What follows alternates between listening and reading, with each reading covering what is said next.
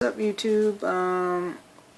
It's your boy Shaman 2K coming at you today. I did tell you guys that I would be letting you guys know how the conversation with my mother went, my best friend, on how I need to move forward on my transition involving taking testosterone. I didn't speak to her about the top surgery. I think more than anything it would be the testosterone part that would bother her. So I first told her that I was going to a counselor, and she said, "Why are you going to a counselor? You already have a counselor," and which is very true. I do see a counselor at the pain center, and he's a great counselor. Because of my illness, I have, I don't know if you've ever been in the hospital or something like that, and they've told you to describe your pain on a level 1 through 10. Well, on a daily basis, my baseline pain is about a 5. But a lot of times it gets to be between like a 5 and an 8. And to help me deal with that, I see a counselor at the pain center because, Westerners, there's a lot of Westerners that feel that taking pills and whatever is the end-all be-all to their pain or to their problems.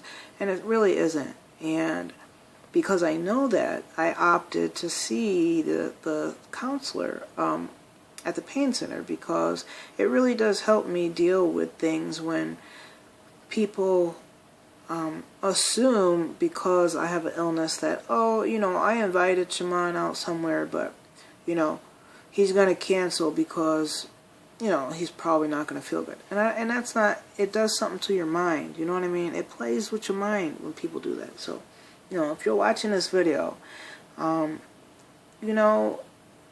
not to do that to somebody that's sick because it really sucks. And it could cause people to become a recluse. And thank God I have thick skin because that hasn't happened to me yet. But anyways, back to my BFF. And yeah, those are my bunny ears. So I told her I know I have no control over how she feels about me being transgendered. And how she feels about me taking testosterone. I started out by telling her I was seeing a counselor. I think I said that. Then we moved on. She's like, "That's got to be pretty expensive." And I said, "No, not really, but I am paying out of pocket." And I think I think she probably was taken aback by that because I'm on disability, so she knows that I have money, but I don't have a lot of money. So, the conversation went slow. I said that my goal is to see an endocrinologist so that I may take testosterone, but I'm not exactly sure that is what I want. I mean, talking to you guys and in my head, I'm 90% sure, and I think we probably have all gone through this. But I think before you actually make that step, you should be like 100% sure. So that's where that's coming from. And I said, in the end, it's going to be my decision. I offered a little information for her on the subject. My PCP gave me a pamphlet that describes gender identity disorder. But now that I think about it, I didn't actually tell her that I have gender identity disorder because I forgot about that part. She took it fairly well, but she said it was disturbing. It was disturbing that I felt like this, and Dade's video was disturbing. Originally, she said it was interesting, but when I had the conversation with her, she said it was disturbing. And I get it. This is the woman that birthed me, as a girl, a baby girl. And in her eyes, she watched me grow up to be a woman. And so I feel really relieved that I spoke to her about it. I thought it was going to be harder than that, and it wasn't. But I think it really hasn't set in yet, and it probably will when I start taking testosterone and my voice drops and, you know, I get more hair than I have now. I don't know. That's pretty much it. It was pretty cut and dry.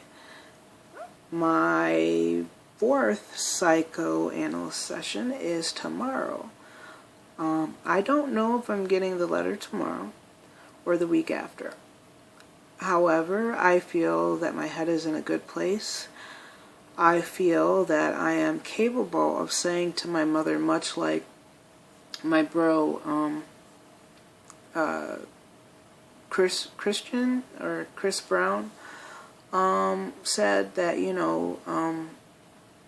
is there anything that I can say to you that would break your heart? Not saying that that's what I said to my mother, but what he mentioned on his video was he said that he had to do this for him. And so I feel like in my heart that I am ready to say that I have to do this for me, no matter how you feel. And it's a very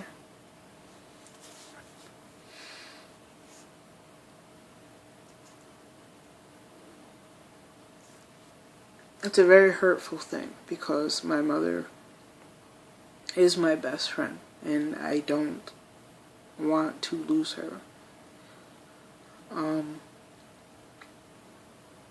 I mean, right now, because she's 68, I have trouble accepting that she won't always be here.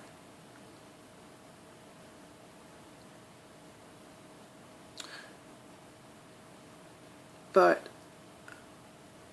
I have faith that in the end of everything, she can look at me as just being her child. So, I don't know. But I'm very happy that I did tell her, and I'm very happy to have shared the experience with you, and I don't know. Wish me luck tomorrow on my 4th therapy session, and I hope to give you guys an update. Peace.